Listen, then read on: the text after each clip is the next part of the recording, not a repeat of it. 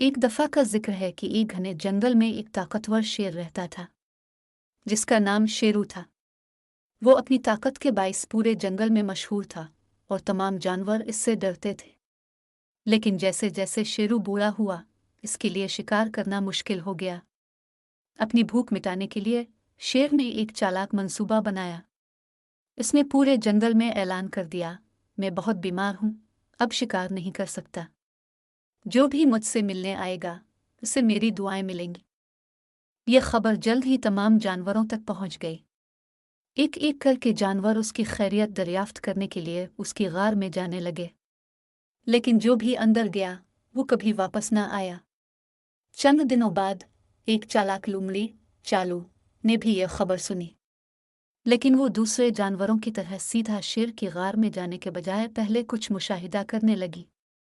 जब वो गार के करीब पहुंची तो उसने देखा कि तमाम जानवरों के कदमों के निशानात सिर्फ अंदर जा रहे थे, लेकिन बाहर आने का कोई निशान नहीं था।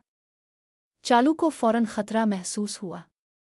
वो गार के अंदर जाने के बजाय दूर ही से बोली, ए अजीम शेरू, मैं आपकी इयादत के लिए आई हूं, मगर पहले ये बताइए कि यहाँ आने वाले सब जानवर कहाँ गए।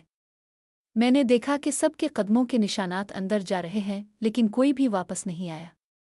शेर समझ गया कि इसकी चालाकी पकड़ी जा चुकी है। वो गुस्से में धाड़ा, मगर तब तक लुमड़ी होशियारी से भाग चुकी थी। इसने जंगल के दूसरे जानवरों को भी शेर की चालाकी के बारे में खबरदार कर दिया। इस दिन के बाद कोई भी जानवर शेर के जाल में नहीं फंसा और शेरू भूखा ही रह गया। सबक: हमेशा अक्ल और होशियारी से काम लो ताकि खतरे से बच सको।